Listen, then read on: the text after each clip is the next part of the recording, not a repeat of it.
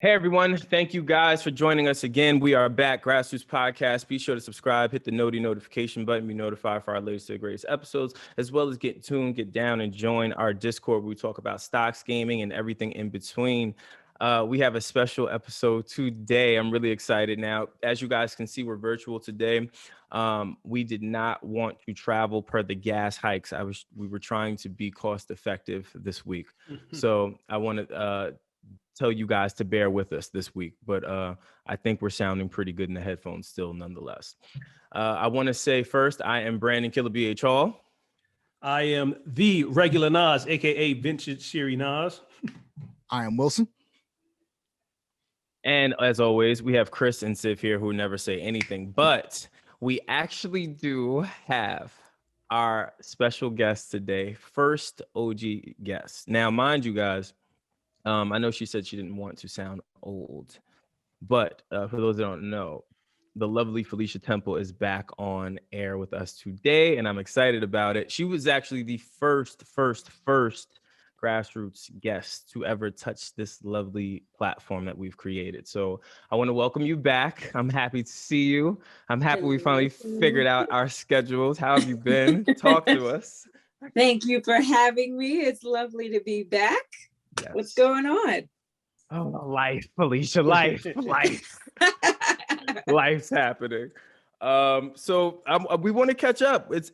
I realized in pre-production we were talking, you know, we've obviously made so many transitions. Siv is new and Chris is here. There's a bunch of people that were here. And I was just going about this like they'd met you. So I wanted to kind of get into all of that, like just the backstory of how we all came about with us working together and performing together at one point, and then just working together in this space. Obviously me in media, you still in music and things like that. And then just get into just what you've been up to. How have you been holding up in COVID? How's your sanity?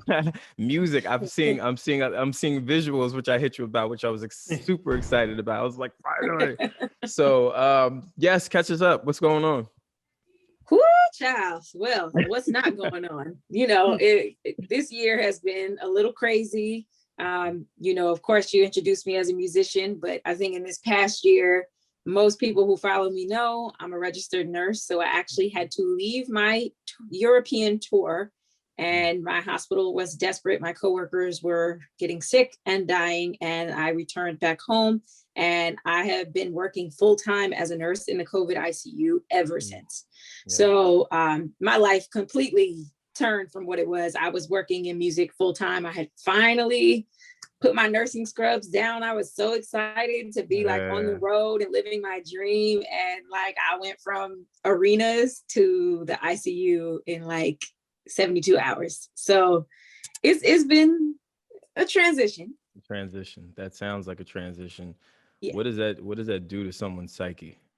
How are you now? Like, tell me the stages of what that looks like. Because I remember, again, when you put out your project, we were excited about it. We was like, this is the one. And then it was just like the world just came to a halt. And then it was like, damn, what's happening? So, how does that feel? But you know, I had to realize that everyone in this past year, no matter who you are, you lost something. Right? Mm-hmm. Whether it was your job, whether it was a family member, a friend, your sense of normalcy, everyone lost something. So it's not like I was alone in that. I had a very odd situation. And if anything, I just learned to be grateful because most of my musician friends, pretty much all of them who depended 100% on music as their income, were like, oh my God, what am I going to do? Yeah. You know, half of them couldn't even file for unemployment because as per the government, they're already unemployed. So what's changed? You know, I was very fortunate. I can go back to a full-time job and make my 6 figures and just go about my day, you know? So for me, yes, the work was torturous. It's very traumatizing, but there's nothing to complain about. Yeah. I want to before I continue, because I mean, you know, we could talk. I want to open it up differently to you guys. So I want Wylson, Nas, and even Chris for you guys to ask some questions, especially Chris, because this would be actually your first time even speaking to Felicia. So take the floor. I want to hear what you guys think. We'll catch up via text or some shit. So when you were when you're on tour, right, and you get that call, what's your first thought of when the hospital calls and goes, "Hey, Felicia, I know you're doing your passion, but we need you here." What's your initial thought? Something must be really wrong, because I can even say, I remember being on the tour bus and watching the news on my phone, and I'm seeing all this chaos they're showing on the news, but we're in Europe traveling around on the bus. No one's wearing a mask. No one's freaking out. I'm not seeing sick people.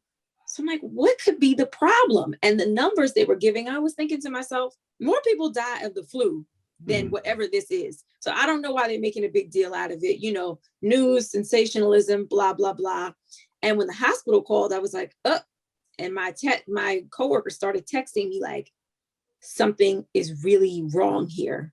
These people are dying at a rate like we've never seen. Like, this is emergent. And I was like, well, okay, that's that. Like, if it's that bad. And slowly the governments were shutting down, like, one show here, one show there, or we're going to cancel, we have restrictions. So we kind of knew this situation isn't good. And once the travel ban hit, it was like, okay, it's time to go. Let's pack it up. Let's get out of here.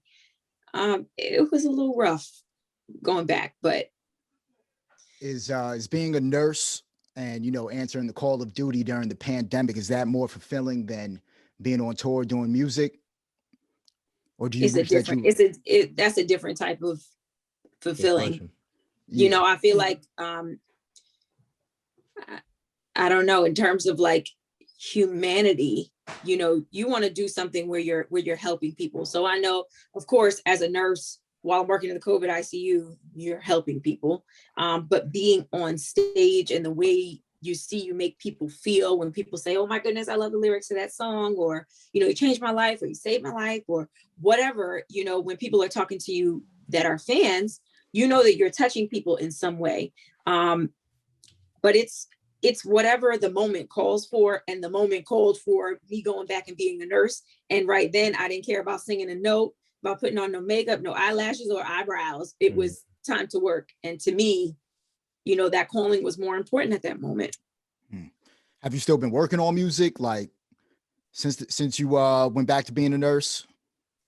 For a while, well, just to keep my sanity, I was really just going home and playing my guitar for hours. That was like the only thing I could muster up the strength to do. I started getting real weird. I was like staring at the wall for hours and crying for no reason. Like I was messed up. That's probably good though. Say that, but like, how people would hit you up and go like, hey, how's everything going? You okay? Just checking on you. And I would be like, no. And I realized that people actually don't know what to say to that. People are just conditioned to say like, yeah, I'm good. I'm okay. I'm holding up. Can't complain. I was like, no, I'm not good. I'm not good. And my husband had to like limit my work hours. Like, you're not going in there more than 4 days a week. I don't care. You're not working more than 48 hours because you're acting weird. And I think something's not right. So I was just playing my guitar a lot. And I had just gotten my Apollo Twin Duo interface in the mail before I had left for tour. So luckily, I had everything I needed to record at home when I got back, and I wasn't even planning on using it. I was working, but I started recording stuff and doing small jobs for people like, oh, can you cut this hook for me? Or can you reference this vocal for me? And it was like another income, but it wasn't anything creative. I left for tour with a project that I had been working on since 2018. So I came back to that same project and I was like, well, I'm not putting it out this year. So I just left it sitting there. I was like, well, there it goes. I mean, who's recording anything and who even really cares?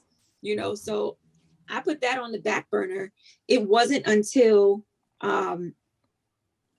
really last fall when things started to kind of die down a little bit that I finally said, okay, let's start taking some pictures. Let's start, sequencing this project and seeing how this whole thing is going to look. And then if y'all follow me on the gram after this, like Brandon does, you can see the The visuals are coming. I see. I said, yo, I woke up, not to cut in because I know I'm letting y'all handle this one, but I woke up, I said, oh shit, Felicia over here, turn it up. What's happening? And then I hit you, I was like, oh shit, it's new music. I'm like, oh, okay, I see what's happening here. Okay. I was excited about it. I was really, really excited about it, actually. Yo, real quick, I just popped in my head. Has your writing changed? Have you found that you can go deeper, or has your style changed because of what you've seen in the? No, actually. I mean, I've never been like a fast writer, or, you hear, I do all my own writing and quite a bit of my own production. I never, I've never been one to like write 20 songs a week. That's not me. I write it when I feel like it. So I wasn't crazy about writing even in this past year anyway. I just didn't feel like it. And I don't fall for the narrative of like, oh, if you don't come out of this pandemic with a whole 20 albums and you ain't ready to turn up, then what have you been doing? I've been saving lives. I don't know if anybody else. I don't have everything loaded in the chamber waiting for you. I don't. And I learned to be okay with that. So I don't even want to say like a writing style has changed or anything. I started to write one song and it got so emotional that I just put it down. And I know eventually I'll get back to it. But I always had in my mind, like I knew this next season for me would be Bedroom Chronicles 2. And that's what people have been waiting for since I put the first one out in 2014. So I wanted to keep it focused there. And it's been a really, really cool, because those two worlds are so different from what I have to do at work to like this ultra sexy vixen, this very sensual music. It's so different, and it's actually an escape. Oh no, Grey's Anatomy is pretty sexy. You can give the album like a Grey's Anatomy vibe. I have never watched that show. They're making love all over that show in the hospital. Word everywhere. Ain't none of that going on over where I work. I was watching. I was like, damn, I should have became a nurse. It's popping. Listen, now that I want to ask you a question, I want to kind of change gears here. Since you are a married woman, hold on, real quick. Just don't ever say change gears. But go ahead. No, my fault. What's wrong with that? Just messing with. What do you feel, since this guy has come to prominence kind of in the pandemic, Kevin Samuels? What do you think about him and his views on the placement, or the role rather, of Black women? I've seen a couple of the videos and I see it's like very, he says spicy things. It seems like to get a lot of people's attention, and then people get a rise out of it. And women are like, he hates women or whatever. Honestly, I mean, if you go into a man to let him rate you, then that tells me everything I need to know about you. Then like it's easy bait. You know what I'm saying? Mm-hmm. Like, what are you even asking him for? I would never like click to go on that man's live so he could tell me whether I was a 5 or a 9 or who are you? I don't know you, man. I mean, like I don't know. It seemed very odd when I watched the video. It seemed like, he was rating women based on their look alone, but a man being like the top, whatever he called it, a top earner, if you want to, whoever, whatever kind of, if you want a high value man, the only thing that made him high value was his earning. It wasn't the way he looked or his belief system or his moral code. It was how much money he made. And honestly, I've been exposed to men who make a whole lot of money, and that don't necessarily make them high value. So I'm a little confused on his system, but I'm a married woman. And I think a lot of women, unfortunately, these days, it depends on what your belief system is. I'm a Christian woman. Like, I believe my husband is the head of the household, so I could do all this pop, lock, and drop in public. He don't care. I sing, I do my music. I'm a boss, but that's my husband. And when I'm home, you better believe I'm cooking, I'm cleaning, I'm making blueberry muffins, I'm making the bed, I'm folding the laundry. Like, it's just but it's what works for us, and that doesn't work for everybody. I'm sorry to cut you off. Those blueberry muffins must be cracked because you specifically mentioned those. Yeah, that's what I said. I said I love blueberry muffins. I was like, that must be a signature. I didn't think about anything else. Nothing else stood out to me but the fucking blueberry muffins. Just like, damn. And just so you know, Kevin Samuels would applaud you. Kevin Samuels would applaud you as a high value woman. So for my blueberry muffins, that makes me high value. The blueberry muffin set it off. But I mean, I look at these women and I'm like, why are you even in this man's camera? Like you was some part of you must want him to rate you. Maybe you don't believe in yourself. You need somebody else to tell you. I am in the Kevin Samuels hive. So I just want to interject real quick. The main thing about his platform is he's pretty much the only platform that women go to and he tells them the actual truth. Oh, okay. Like that's his whole entire thing. So when he asks women to rate themselves, he just wants to see like what they think of themselves, because I mean, let's be honest, like some I don't want to go into it. No, go into it. Felicia's okay. It was like, all right, listen, the reason why I'm letting this rock, because Felicia is the perfect woman for this. Not to say that there are any other women that I know out there that are not perfect. I just want to put that out there right. I just want to say that Felicia is, because Felicia has a level head when it comes to this. Her depiction of this is how I kind of looked at it. Like you it's almost like you're going to someone for approval. So I'm curious to hear this exchange. So if Kevin Samuels had a mission statement, basically he's on a mission to improve the situation as far as blacks marrying. Okay. Because black women right now are the least married out of all the racial groups in America. And so basically he feels, and I would agree with him, some of the standards are just set a little bit too high. Like he'll ask a woman, would you date a man that makes $40,000 a year? Would you marry a man that makes $40,000 a year? And a lot of them say no. And then when he asks them no, why wouldn't you, or why couldn't you, even though that's the average that a black man makes, around 42,000, they'll say something like, I make 150,000. And it's like, so he's trying to let women know that how much they make doesn't add to their value for a man, because men are visual. They're looking at your looks, your femininity, how you care for people, stuff like that. And black women, I love black women, that's all I date, have been victims of propaganda, which a lot of times tries to push our women towards being more masculine. Would you agree? Am I out of bounds at anywhere here? Because Wylson Samuels is preaching. I would. Oh my God! Now you're calling yourself Wylson Samuels. No, I'm hearing you. I'm listening. And then you hit off the blueberry muffins, the cleaning, and everything else. It's not necessarily that it's a woman's job to clean or anything like that, or even cook. But panel full of men, who gets turned on when their woman is cooking? Yeah, I mean, duh. A lot of women today can't cook. They're not being raised with these skills and whatnot. So that's his mission, is to kind of turn that tide.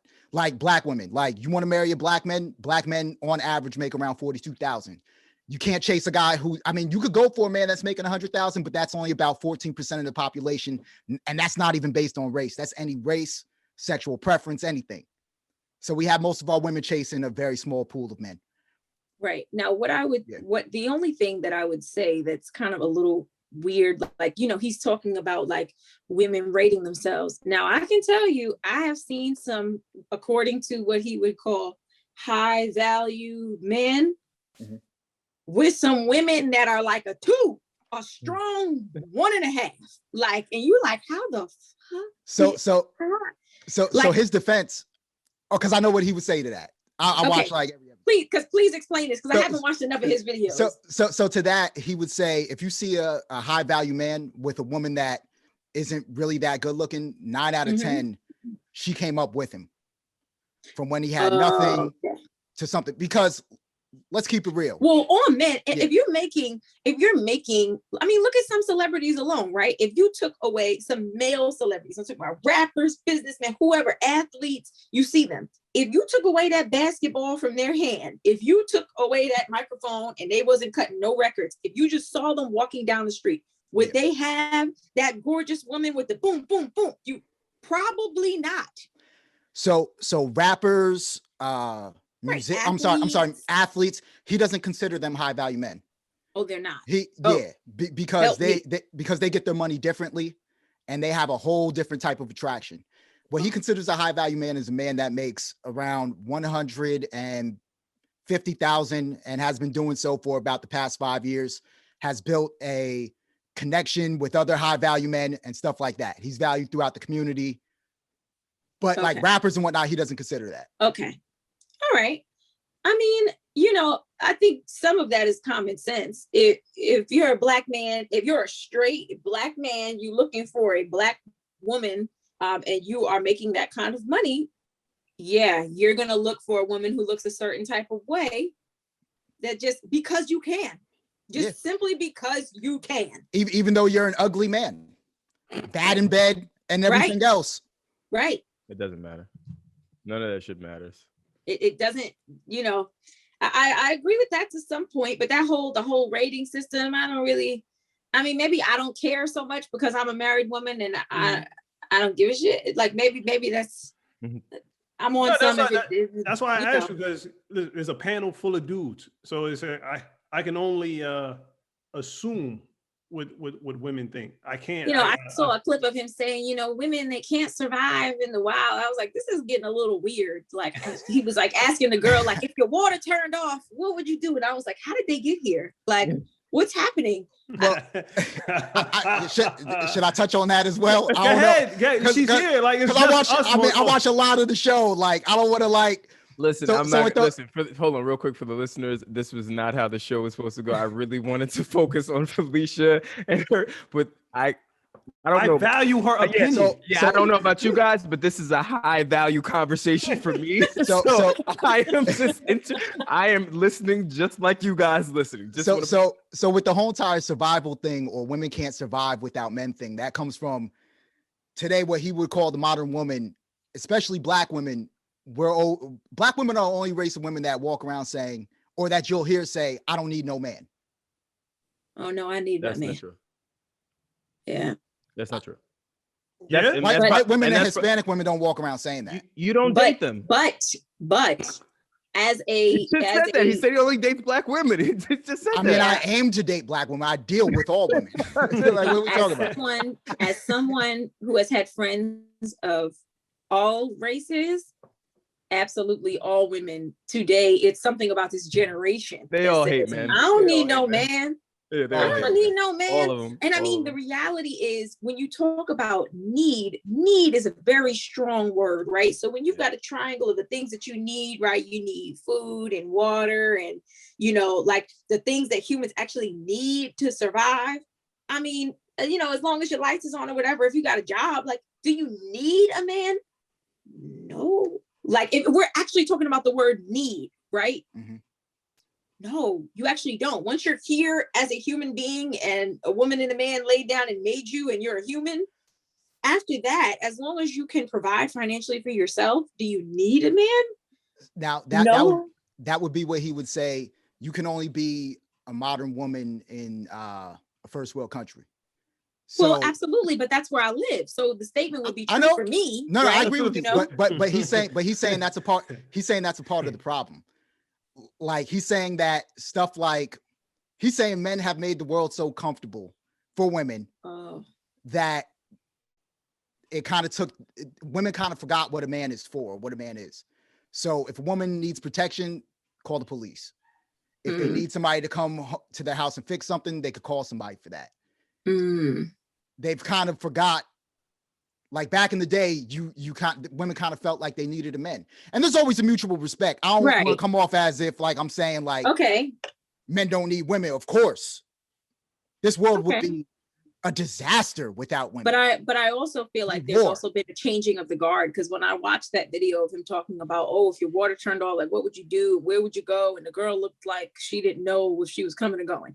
Now, the thing is, I kind of giggled to myself as I watched this, because I thought of so many situations where, like, it's true, right? Two heads are always better than one, right? Because you can always bounce ideas if something happened. But I think of, like, my husband and I, we have a house. We're first-time homeowners, and there's stuff that, like, we just can't figure out. But sometimes he'll be like, oh my God, I cannot figure out how to do this. When I tell you, like right now, where I'm sitting in my bedroom, I am the person who holds the drill in this house. Like, I screw stuff in. I'm the person who hung up the curtains. I've got literally 10-foot curtains behind me, 12-foot curtains behind me.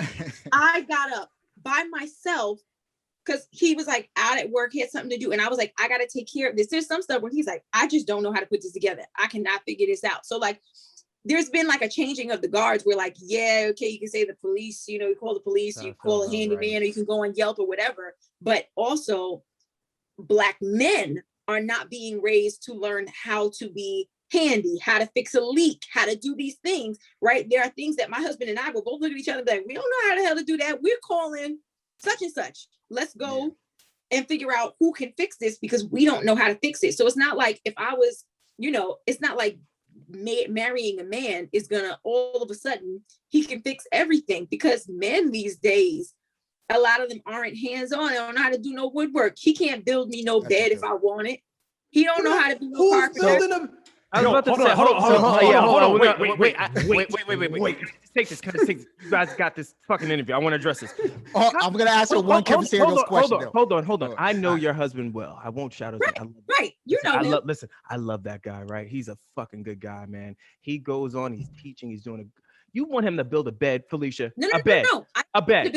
Listen, I've had enough. I've had enough. Well, technically, a man should be able to follow.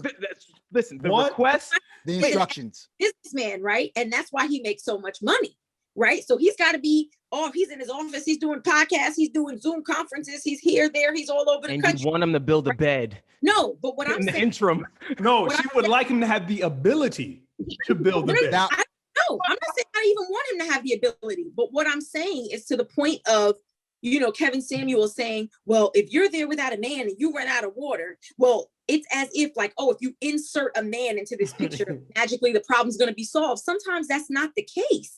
Felicia, she does have a point. She's saying that most men don't even have those skills today.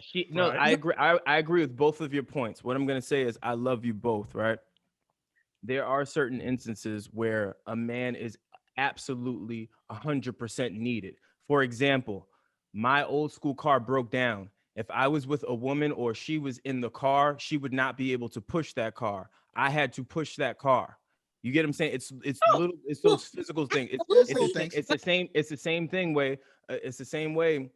If I want, well, I guess now you can fucking computer create babies at this point. But I'm saying, like, if I wanted to reproduce, I would need a woman to do it. You get what I'm saying? Like, that's just, you get what I mean? Like, it's certain things absolutely. like that. Where, but what I'm saying is his simple, you know, here's the problem and here's the solution is just insert the man and you wouldn't have that problem, or he would be able to fix it, is not 100% tried and true. I think I'll say I think it's 50-50 both for men and women. I think that if you really think long and hard enough, there are certain instances where a man is required. You get what I'm saying?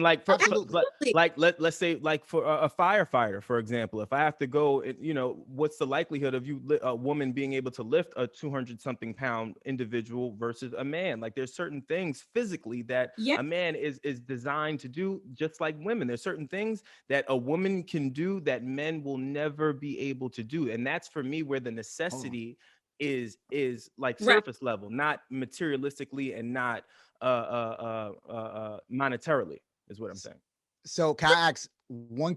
Okay, so this is a question that Kevin Samuels would definitely ask her. Okay, I'm here for it. In this moment, and this is always where a Kevin Samuels interview either goes left. Oh man, here it goes, ladies and gentlemen. Or it goes good. So Kevin Samuels would say, "You mentioned that you're a Christian woman. Yes. Who's the head of your household? Who leads?" Oh, my husband. Well, it's God and then my husband, period. That's Bam. it. right there. Bam. She would be a success with Kevin Samuels. Bam. So Felicia, Kevin Samuels would love her. He would love you. It doesn't problem being a boss, but in the house, my husband leaves the house. And especially when it comes to things like, I can be like, if you leave it to me, I'll absolutely do it. But there's a lot of things that I leave to my husband when it comes to anybody coming to work on our home, or like say it's the landscaper, or people coming to do papers out in the back, or no, that's not, they don't even see me. They don't even know who I am. Like, you don't see me at all. You deal with my husband. Can I make a comment real quick? Sure. You're from Jersey, right? Yes. Born and raised in America. Hold on. Ask her again, Nas. Yeah, now we here, Nas. all your Mount Vernians wanted to attack me on Instagram and Twitter. Now we have Jersey in the building. Nas, regular Nas. All day. So no, I just want to mention. So I just want to make a statement, an observation. She was like, how Felicia goes, I'll put up the curtains by myself. I got the drill. I'm doing everything, zipping up and down. Felicia and the woman that's in the other room, my wife, who happens to be Muslim. Hold on, be careful now. Born and raised in Morocco. Be careful now. I can't stop. She put up the curtains. If it was left, if she was to come here right now, she would say, my husband does nothing. I couldn't build a bed. I couldn't put things together. But what she does is, not only does she raise our children and teach them, but she does the same thing. She'll defer to me in the household, but she cooks and cleans. So it's just weird that Felicia goes, yeah, I get the drill. I put up the curtains. He couldn't make me a bed. That one in there, she'll come here and say, you right, girl. My husband does. I can't do it. I can't build a bed. But I just find it funny that Jersey and Morocco is. I don't know why I said build a bed, because yeah, I'm never gonna let you live that down. Just so we're clear. Listen, I'm never letting you live that down ever. Out of all things that, like, he couldn't build a bed. He couldn't build a bed. Like, I'm just like, he's got an MBA. He's teaching. He couldn't build a bed, and it didn't suffice. Oh my God, that is the funniest thing I think I've heard in my working his ass off, but couldn't build a goddamn bed. Word. Holy, it's always the one little thing that the guys are never expecting that's the make or break. Yeah, that's very weird. That whole Kevin Samuels thing is like very weird to me. I see some of the points, but when you look at, now it's interesting, as you were saying, so obviously you're a Muslim, I'm guessing, if your wife is Muslim. Yes. So like when you talk about Christianity, Islam, and Judaism, those are like the three original Abrahamic faiths, right? So a lot of the original books are all pretty much, they all started off, the story all starts off the same. It's where they trail off and end is what differs. But when you look at all of those households, the people who actually follow, at least to some degree, all of the households pretty much do look the same. The husband is the head of the household, the woman takes care of the children and takes care of the house and does the cooking and cleaning. And yeah, we're in the 21st century, but the reality is, like, I don't have kids yet, but I know we have kids. That kid's gonna be looking for me.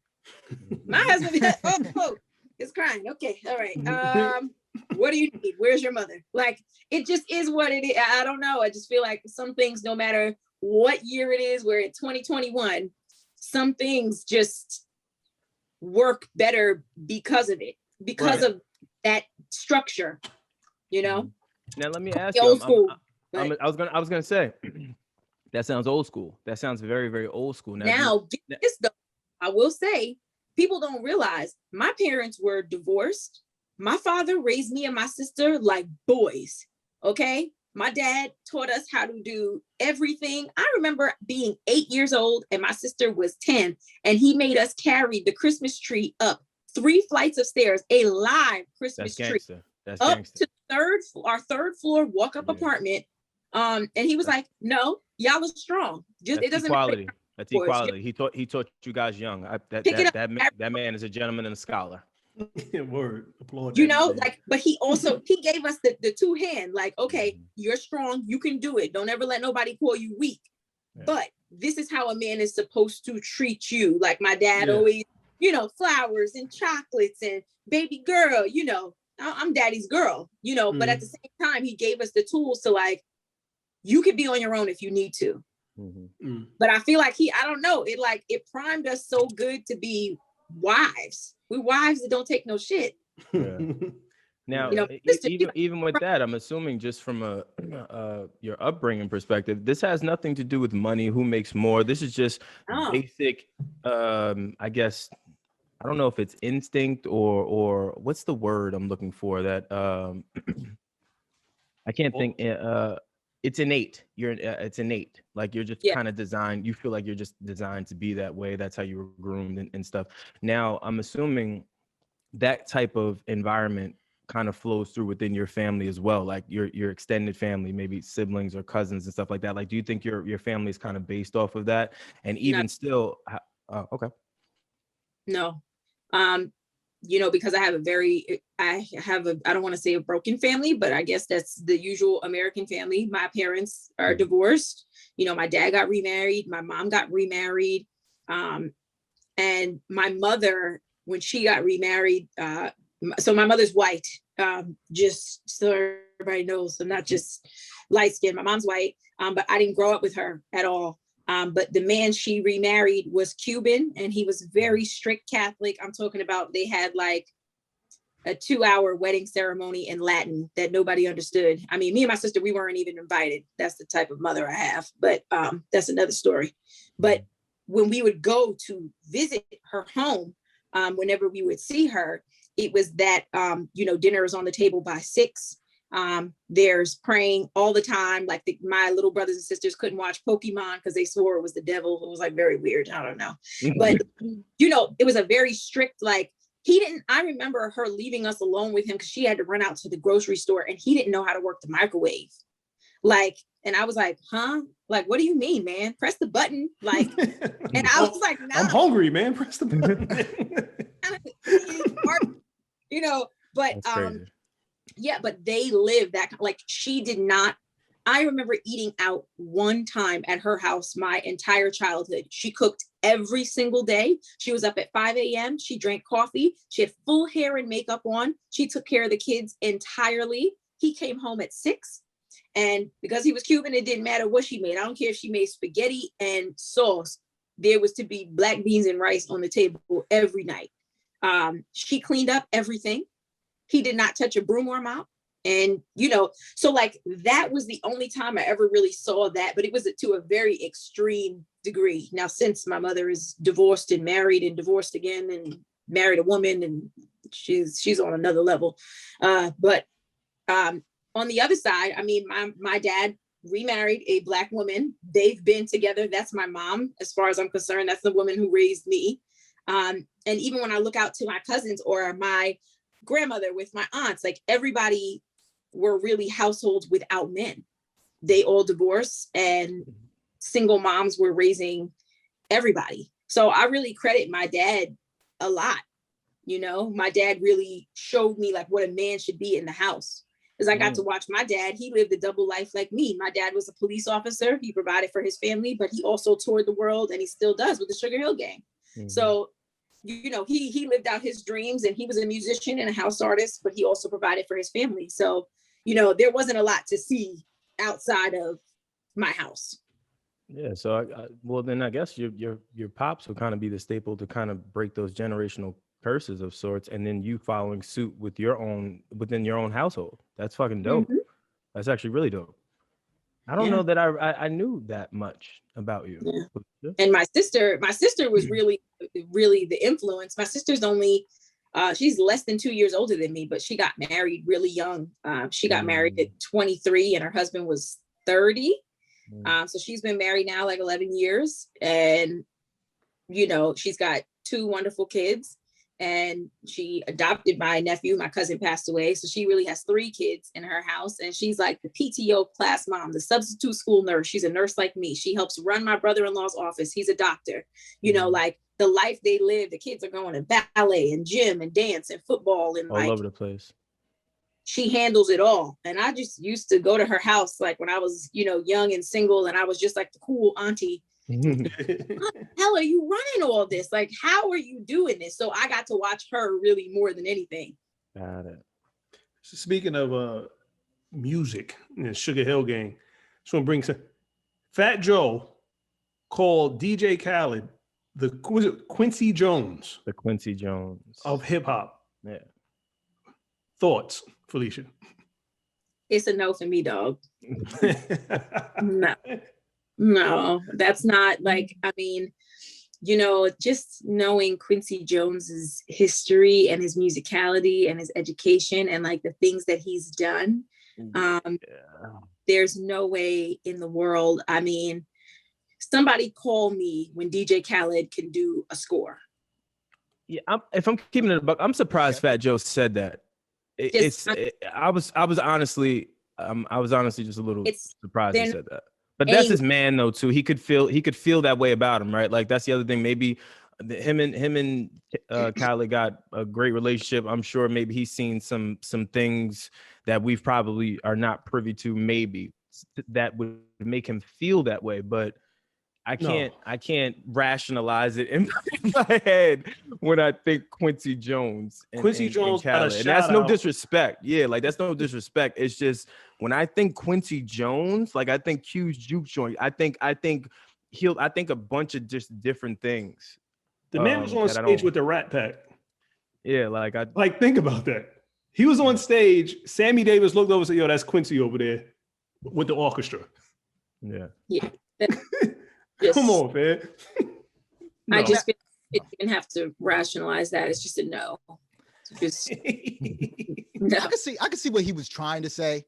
Please enlighten me. I mean, please help me understand. If you listen to like Khaled's albums, you don't really listen to any songs and you go, "This song sucks."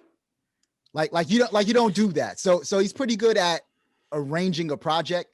But also, now that I think about it, Khaled's music, and there's no disrespect to him, he doesn't take any risk. That's true.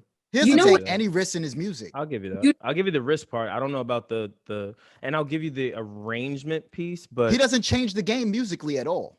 But that's the difference, like sound-wise or anything. And that's why I can't put him and Quincy in the same conversation. Like that's why I can't. Quincy has done too much in music. Not just arrangement. Like you're only talking about one aspect. Like Quincy is a composer, an arranger, a producer, like a star. Like there's levels. Now, if he said like Dr. Dre or Yeezy, Kanye, that I can kind of understand. I can't wrap my mind around it, and I don't. Yeah. You know, the interesting thing with DJ Khaled, it's strange to me. I feel like if Khaled is really such a force, right? We all know he makes the summertime bops, right? It's always with names, you know, right? Whether it's Justin Bieber or the Migos or her or Jay-Z, right? You know, he always pulls out the big guns. Mm-hmm. But I want to see him make some names pop with some people that we don't know who they are. Yeah. Why is it always somebody that you already know? Just because you put the name Jay-Z on the record, you're going to get a certain amount of streams just because it's Jay-Z. People don't care if it's amazing or if it's hot garbage. It says Jay-Z and they're going to listen at least once. Mm-hmm. You know, so I feel like he kind of gets that guaranteed success because of the names. And when I look at like J. Cole put that project out with a bunch of people that were just all on the label, all under him, just a bunch of random writers and artists and whatever. And he got them a Grammy nom. Mm-hmm. Of the people that would, I don't want to say no names, everybody got a name, but like some people who weren't as commercially successful or never had commercial success and they got Grammy nominated. Yeah. To me, that's something more worthy to me than just taking a whole bunch of A-listers and putting them on a project and saying, we the best. I agree. Yeah. We already know that you're the best. Everybody on here is platinum selling. Of course you're the best. I mean, maybe Fat Joe, maybe he just didn't elaborate enough. Maybe he meant one small aspect of Quincy. And that's what I'm thinking. Is what DJ Khaled resembles. And that's what I'm thinking. I can't see Fat Joe saying holistically DJ Khaled is he's the DJ Khaled of I can't see him saying that. I can't. Maybe because he has the ability to gather that amount of star power, you know, or put out those. Oh, maybe. You know, maybe, and in that aspect, I get it. Like, you know, Jay-Z, if you can't get no Beyonce vocal, the fact that somehow or another And Yeah, you got Nas, Hove, B. You get what I'm saying? Like, how you people that other people don't, like, nobody's picking up the phone for, all these other people. Some reason when he picked up the phone, they answer. So I guess there's power in that. So yeah, hold Maybe on. he means on like a respect level. Yeah, hold on. Ooh, let's change. I'm gonna steal your shit, Nas. Let's change gears here. Yeah, maybe maybe you're right, Wilson. Well, Felicia, rather, whoever said it. I think that could be the case. Yeah, maybe collaborative effort. Like man and women working together. See, but no. I think maybe that could be the case because I guess there is power in being able to pick up the phone and gather that type of star power. The way Quincy did for We Are the World. Yeah, for We Are the World. That's what I thought about when you said that. I thought about We Are the World. If you go on YouTube for the young people that are listening to this, if you go on YouTube, We Are the World is one of the most kumbaya records ever created, orchestrated by Quincy Jones. Everyone in whoever was there, Stevie Wonder, Michael Jackson, like there's a bunch of people in this record, right? And being able to put all of that together, you have to have some sort of not cool, but just respect or talent or even time, like you know what I mean, for those that type of star quality, for those type of people to actually give you their time, you have to be doing something right. So maybe it really is that Fat Joe was saying on a respect level. Yeah, on a respect level, and maybe even musically, because there again, you have to have some talent to even get these people on a record, to make the record gel, to be able to. If we're going to talk about We Are the World, then we still can't put Khaled there because I don't see, among the urban, hip hop, R&B, maybe a little bit of pop. Don't know who DJ Khaled is, but I can tell you. See, I had the privilege. See, I met DJ Khaled, okay? Because when I did The Voice, guess who was my advisor? DJ Khaled. Okay. So let me tell you how far and wide or how not it is, right? If you say Quincy Jones, anybody of any genre is going to know who Quincy Jones is. Mm-hmm. So this was supposed to be a surprise, like on The Voice, whoever your advisor is, you're supposed to walk in and be shocked. Let me put it to you this way. In the other room, on the other team, their advisor was Celine Dion, right? She doesn't need any introduction. You walk into a room, you know who Celine Dion is. I knew that it wasn't somebody quite of that caliber because the producers came out before and said, let me tell you who is in the room just in case you do not know who this person is. And I was like, who? Let me tell you, some of the people who were on my team with me were like, a who?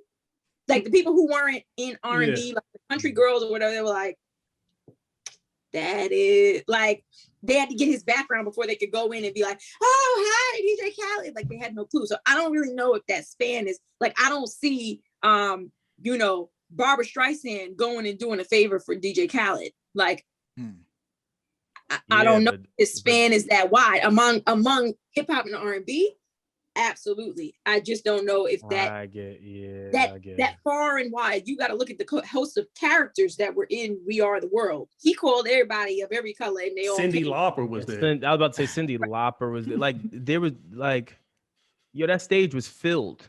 Wasn't Bruce Springsteen there too? I think. Anyone you can think of, with the exception of Prince. With the exception of Prince. Yeah, that's because he ain't like Mike. Because he ain't like Mike, they had beef. Outside he's of that. He's mad petty. Yeah. I will not be showing up to your little world of worldly event. But all right. I wanted, not to, because in my head, like, go ahead. Go. Oh, no, I was going to say real quick, because she had mentioned that, like, DJ Khaled, like his albums, like he uses like all the biggest names and whatnot. Yeah. One thing that I hate that, and he's not the only one who does it, but the fact that he's doing like this collaboration album, he'll put out like the single or two singles with Drake. Those two singles that had dropped, Grease and I think Popstar. Popstar, yeah. Yeah, those dropped like, I don't even know how long ago, almost a year maybe. And then they get thrown on the album. So those automatically go into the album sales. Mm-hmm. All those spins that those singles already got. And you didn't know like they were connected to the album or anything like that. It's almost like you're fixing the fight. Yeah. This man is smart. He's smart. It's smart. Yeah. But it's like you're fixing the fight. And then when somebody calls you Quincy Jones. That's what people who don't know. You know what I mean? But no, hold on. No. that's good business. That is exactly. I'm not saying it's bad no, business. No, I'm not saying you're saying it's bad business either. But that does go into being revered or looked at as a Quincy Jones. It's the business behind being able to navigate in the world of the music business. So if he's able to, again, if nothing else, pick up a phone call and get Nas, Hove, B, all of these A-listers, it's seemingly at the drop of a dime at every turn, there is power in that piece of it. I just think that he's great at navigating the business around it. Like he's almost like the perfect person. That I think we said this last week, where he's great at overselling a project so much that even some of the high tier people everyone is bought in. We the best. But we I the think best. We make the best collaborative everything. We the best. That Beyonce riff that's just Hove. Yeah, if I'm in the studio, I mean, I'm pretty sure they got their own studio, and he says that line, B's probably, I would assume B looked at him like, yo, let me just ad lib on that real quick. That's not a Khaled request. I wouldn't assume that, because I'm thinking about clearances. I don't think that Hove and B are on the same labels. I don't know that that B feels like she has to do that. I don't know that Hove. I didn't say she. No, I didn't think she has to do it. I think it's just like, yo, I'm in the studio. I said this triple entendre, and she's like, oh, let me just do an ad lib. I think they're friends. I think their relationship, they can do that because they're married, and it's just be dope. But I don't know Beyonce, but I don't see Beyonce getting even on something on Hove wants to do unless she likes the record or respects the bar. The bar or whatever the case may be. But to even get all of that cleared is what I'm saying. To be DJ Khaled and get that kind of stuff cleared consistently and consecutively, that says something. Still not Quincy. Yeah, Dr. Dre is closer. Yeah, to Quincy I'm not. Yeah, that's what I'm saying. I'm not. I'm just not putting him up there with Quincy. I'm just not. And that's just respect, but it's not the same. Quincy is different. Quincy's just different. What was the other thing I was gonna say? I don't remember now. Someone take the wheels. Jesus, take the wheels. I don't know. Trying to see what else is trending out there. There's really nothing else to talk about right now. I got coming out, and that's Let's talk Leah. What can we expect from you, Felicia? Outside of Bedroom Chronicles, I know you're on Sexy Time. Look, she said that's some sexy stuff is coming. We know you're on Sexy Time. We get that. Relax. How much more music are you putting out? And again, I always say this to all of you beautiful artists. Don't tell me, I'm going to put out 5 albums this year. I'm glad you're in a realm where you're like, no, I'm going to do what makes sense and what feels good. So after Bedroom Chronicles, are you taking another break, or are we still going to see some more consecutiveness from you? I don't know if that's a word. Well, I think it'd be important to, after all this time that people have been waiting for Bedroom Chronicles and seeing that it's an EP, I would just like to market it. I think that we are so in the mode of like, put out music, and then we're already like, look, I didn't even drop this one, and you like, okay, so what you doing after that? Like, all right, look at me. I'm adding to your pressure. I'm sorry, and I have to stop. The time says 1:11, so that's the good sign. I'm never doing that again. I apologize. I'm going to drop Bedroom Chronicles 2, and I'm going to market the hell out of it. I do not want it to fall on deaf ears. It's super hard. Everybody has access to, put stuff on Spotify and iTunes and Tidal. Everybody can do it. So there's so much music flooding these platforms daily. So I want to make sure that I give it its just due. You take all this time to record it and all this time to take nice pictures and all this crap, and then you drop it and it's like one post and you're on to the next. No. Everybody gonna be sick of me. Oh my God. Yeah, I was gonna ask, do you feel any pressure of like, I guess now music is in like a microwave generation where it's like, all right, what's the new release this week? We listen to it once, we have our opinion on it, and then we're on to the next project. It's like, do you feel any pressure on releasing music because of that?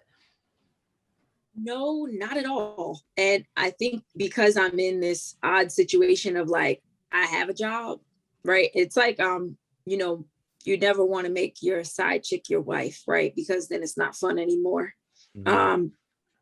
Same thing with me. If I want somebody to tell me what to do and how to do it, I can just put on my scrubs and go to the hospital and clock in, where they'll be glad to tell me what to do. When it's my music, it's a pure expression. If I start changing it and doing stuff on behalf of people who have no musical ability, then I'm going to be screwed up. So I do stuff on my time. And, if you like it, you like it. If you don't, you don't. And that's okay. Because, I know there's no possible way to be everyone's cup of tea. But when I feel like releasing music, certainly I do. And that's why I'm super proud. I'm going to be putting out a single first. And out of the people who got the private link to the project and listened to it, this is some months ago when I was finally finalizing the sequencing. I didn't get that. Sorry, Brandon. You've had that one song for forever and you've been rocking it. That's when it's going to come out. Nah, my bad. The dust in here and shit's crazy. You okay? Yeah, no, it's cool. I just didn't get it. The link. Well, you with me and Imani that you've been blasting for like 2 years. I know. I get so mad about that. Yo, you know how many times I've wanted to leak that record? I'm probably gonna go play that record in my car just so I can play it. But the people so people can hear it. So someone will hear it. When people start telling you, oh, this is your single. Oh, that's your single. The record that I'm dropping as a single, nobody said that to me. Oh, that's a single. But I have realized that, it is better to stand and die behind something that you really, really enjoy. And that, like, I'm not a salesperson. So I can only do stuff that's organic to me. So there's one record on my project that I have not been able to stop playing since the day I recorded it. I've never gotten sick of it. It never gets old to me. And I've changed it. I've recorded it 3 times to change stuff about it. And I'm still madly in love with it. And since I cut it, I saw a vision in my mind of exactly what I wanted the visual to be. And I couldn't let it go. So even when other people were telling me like, oh, like when I put out Bomb Love in the fall, people were telling me that's the record. That's the record. And I hate fast-paced records, even kind of a little more up-tempo than mid-tempo, but it's still really a mid-tempo because that's really what it is. No, it wasn't me. I did it because somebody told me to. And then when the numbers weren't what I wanted, I'm like, well, I can't even be mad because I wasn't even crazy about it. At least if the numbers aren't what it is, I want to be able to say, that's still my shit. I love it. So now I'm excited. And now that I did the visual, I know when I was shooting it, everybody on set could not stop singing it. And I'm like, see, it's not about what people tell you. If you put anything in people's faces enough, they'll start singing it. Yeah. So, I mean, I like the fact that you're doing the EP. I like short, concise projects. You know what I'm saying? But as an artist, how do you feel about the way how people digest music today? I understand why they digest music like that. It just is what it is. You have access to hundreds of thousands of pieces of music. Anytime you log on, you got a playlist right there and it's one song. So say you come across a playlist and you don't really care for the playlist, but the playlist just happens to be playing and you hear that one song that you like. What are you going to do? You're going to click like on that one song and you might play that song 80 times. But do you actually really have any interest in the artist? Like, will you actually go to their page and like say, I want to hear the rest of your discography? Or are you going to keep playing that song? Tell me. Me? You going to keep no. over and over? Or are you going to go listen to their whole discography and find out everything about them? I normally go find Me personally, I would go to the discography. Yeah, that's what I do. Normally, if I hear a record, I'm like, oh shit, hold on. You may have something. But what does the average listener do? They'll just keep on playing that one song. They'll just keep playing the one record.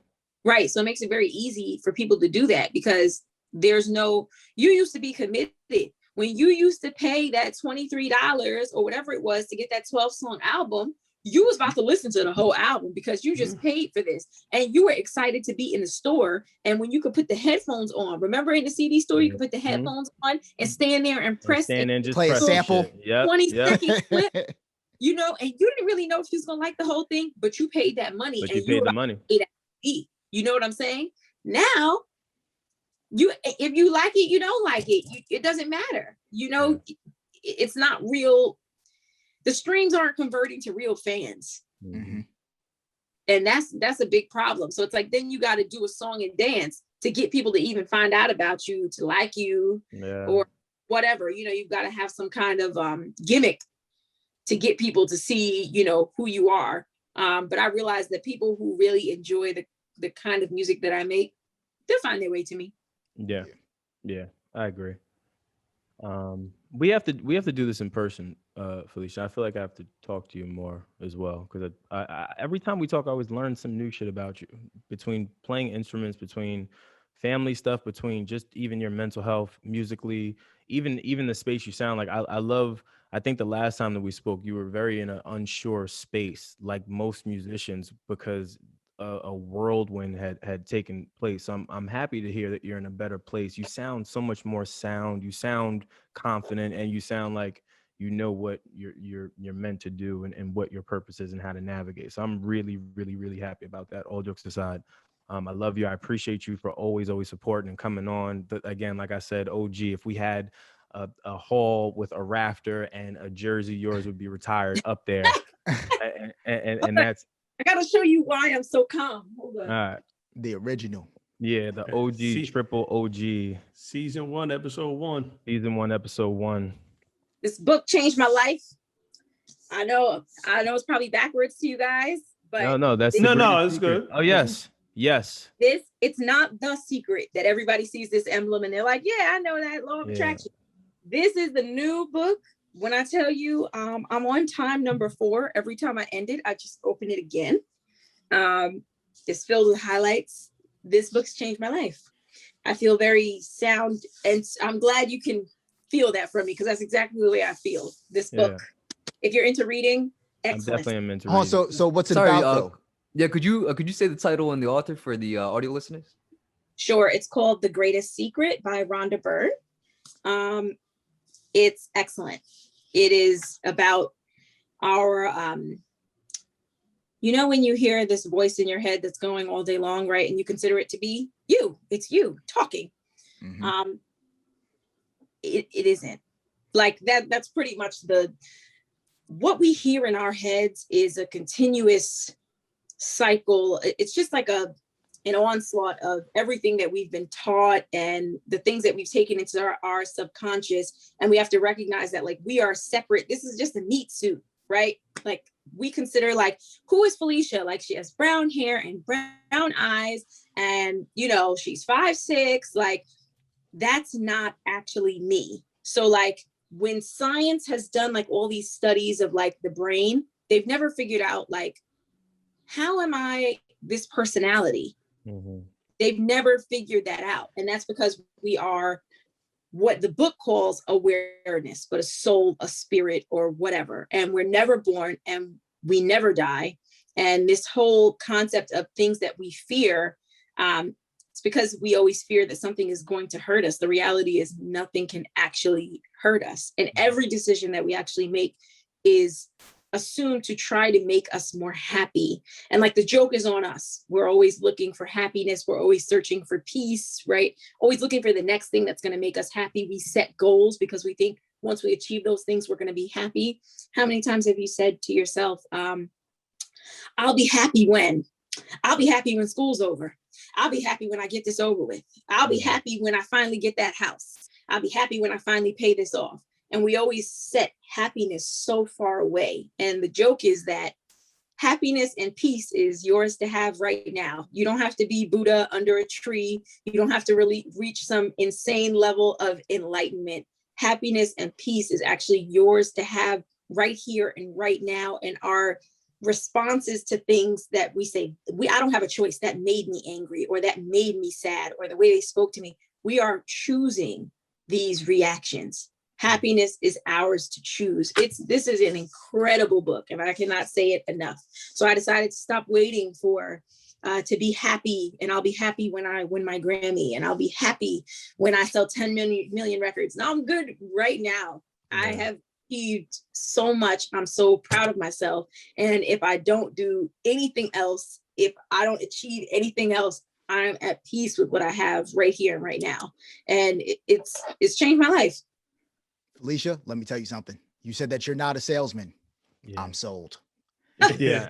Because if that book, if there's an audio version of that book, I'm getting it, because Just yesterday, I was driving in my car and I was saying to myself, I swear to God, I was saying, I got to stop talking to myself.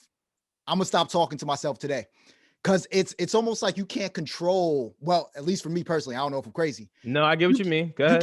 You can't control that voice that's talking to you. Okay, so I got a tip for you, even if you never read this book. Oh no, I'm gonna find an audio version if there is. When your brain starts going right, everybody tells you, like, even when you go to yoga, they say, you got to quiet your mind. The whole trick is to quiet your mind, quiet your thoughts, right? It's impossible. What they say is to, like, you're supposed to separate it. It's like, you have to say to yourself, am I aware? And then if you're not sure of what the answer is, and you like look around, you have to think to yourself, who is the person that who just asked the question, are you aware? And who is aware of the fact that I just asked, am I aware? Like, and you can go on and on and on in this cycle until you realize it's me. Mm-hmm. I'm aware and I'm separate from this emotion or whatever it is that's happening. And these things that are going on in my head are not necessarily true. The brain can be very useful if you're using it for positive reinforcement. But a lot of the times, like, we always call it crazy talk when you say, I'm manifesting my dreams, and you see these people doing vision boards and all the stuff. You're like, some people are crazy. But how come we don't call it crazy when we tell ourselves all day long, this is never going to work? I'm always going to fail. That's crazy talk. And we tell ourselves that over and over again until we just believe that it's baseline true and that it's us talking to ourselves. It is not. It's a result of very negative programming. So do yourself a favor and read this book. I'm looking it up right now. I tell everybody, it's put me in a good place. I was really feeling like, oh my God, what am I going to do? I used to say I wasn't going to have children until I won my Grammy. And I said, I didn't care if I was waddling up to the stage 9 months pregnant, but I was not having any kids until I won a Grammy. I read the book and I was like, whose timing? Yeah. Am I like, what if my Grammy is meant to be won by a lullaby album that's inspired by my children? And I've been putting off because I have in my mind that I want to win a Grammy, but we are so stuck to this timeline and it has to be exactly this way. And if it doesn't go exactly my way, then I'm unhappy. And it's like, I know what I want in the end. I don't really care about the middle. That's why even like when I hear stuff now about like this Kevin Samuels and stuff, I'm always open to it because it makes you realize that your view and my view, they could both be the truth, but they don't necessarily have to be true. Like a bug may look at a building and see it because a bug has, they have 1,000 eyes or 100 eyes. They're looking at it and they see a building one way. I'm looking at the building and I'm seeing it another way. Whose view is true? Yeah. Each person's view is true because of the way that they've been brought up. The color lenses that you're looking through is your past and everything else that's happening to you. That's why 8 people can watch a political press conference and have different opinions, even though the person only said one thing, because you're all looking at it at a different way. So it's like everybody has their own reality. So knowing that you can create your reality and you can create what makes you happy, that's all that matters. I just want to say that that was beautiful. And segueing to a joke, this really felt like this was like a catch up from you being on like an American Idol or something like that, where you just gave us an inspirational speech to continue going. I'm taking that in.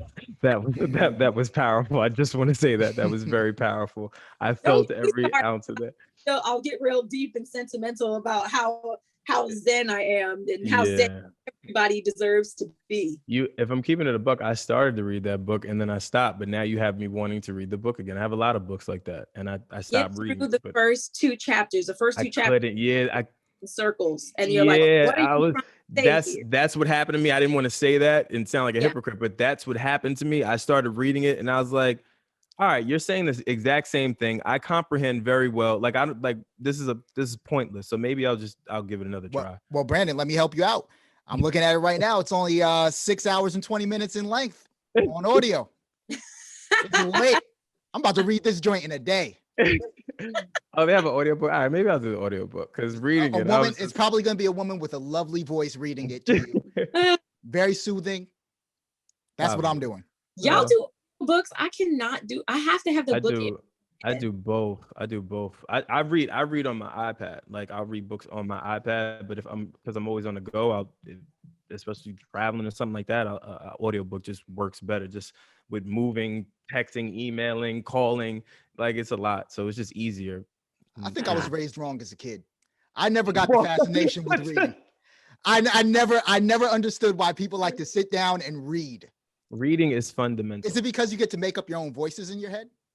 No, reading, the purpose of reading is not only to help with your diction, grammar, and punctuation, but it's also supposed to help with your creativity. It's supposed to help with you tapping into, I think it's like the left side of your brain, your creative palette, because it now allows you to read words on a paper or in a book and then imagine it. And then if you can do that, it's supposed to be able to take you to heightened places of enlightenment. That's why they say they call you bookworms, or you're so book smart, you read all these books, you know this information. Well, it's because information is powerful, and if you can retain that and then project it out into the world, it makes you look amazing. Short form of With okay. my mom loved to read, and her version of like a good time, like some moms will take you to the park on the weekends. She loved to read so much that we would go to the library and you couldn't get a new book until you returned your other book. Yeah. So she had to check out one at a time. So Yep. I was reading a week long just so that I could go get a new book. And the public library where I lived when I was a kid had the coolest children's room, and there was a clawfoot bathtub that stood alone, and they filled it with bean bags, and you could lay in there and read your book. It was like such an experience. I'm such a nerd. So yeah, no. So the girl. I don't know. You show up, me a tub full of bean bags, I might get in and read a book. see what I'm saying? Listen, I hated reading growing up. I hated it, and now I've grown, like, especially older. Reading is fun to mental. Just read people, and even still, if you're not, because I know people like me, like I have ADHD. I have all, you know what I'm saying. I get how you can get distracted. The world is a crazy place, right? To Wilson's point, if you can't pick up and read just to get the information and or to be able to retain it, if you're the type of person that's a visual person, or if you're the type of person that's a listening person, get the audiobook. Just make sure you get the information in order to kind of, get into a better place. So I definitely will put that out there. I'm going to do my due diligence now, and I will try to get past the second chapter, because Yes. I was not that I was like, what is this? I'm telling you, I have it marked. I'm literally in the middle of chapter 2, and I was just like, all right, now this is going in circles. This is a waste. Like, awareness is you. Yeah. I was like, fam, come on. Like, why y'all keep saying this to me? I know what awareness is. I'm aware of what this chapter is and what this book is doing to me right now. Can you just tell me what I need to know? Like, that's all I want. I don't want anything else. But I wanna end here. I want to say again, Felicia, thank you. We have to do this again in person. And shout out. I know I wasn't going to say his name. Shout out to Lenny, man. You don't have to worry about fixing beds or anything, man. I support you, King. I support you. All right? I'm here with you, Lenny. All right. Keep doing all the great work you're doing too. I see you. And I guess any closing remarks that you want to leave anybody with, Felicia, with lasting impressions of the OG Triple OG. Man, follow me on the gram. Yes. Or follow Twitter. My @ are @Felicia Temple. My Facebook is @Felicia Temple Music. Definitely click subscribe on YouTube, because the visuals are coming and you will not want to miss those. But yeah, follow me. Come check me out. Come have a conversation with me. And go listen to my music. It's everywhere. Go support on all streaming platforms, Felicia Temple. We want to thank her for coming on. I want to thank you guys. You guys asked amazing questions. Can you see the growth though, Felicia, from the first time to the growth? Do you see these guys? Like, I can. I like it. Okay, just saying. I want to thank you guys again. I'm one of the hosts, Brandon Killabh Hall. I am the regular Nas. I am Wylson. Chris, good Lord, man. Good Lord, Chris. Every week. He just had to unmute. That's all he has. It's fine. Felicia? Everyone says I am Wylson, I just think of that volleyball. Like everybody said it in the beginning. I'm like, well, much like a volleyball, I have been known to take things over the top. Grassroots.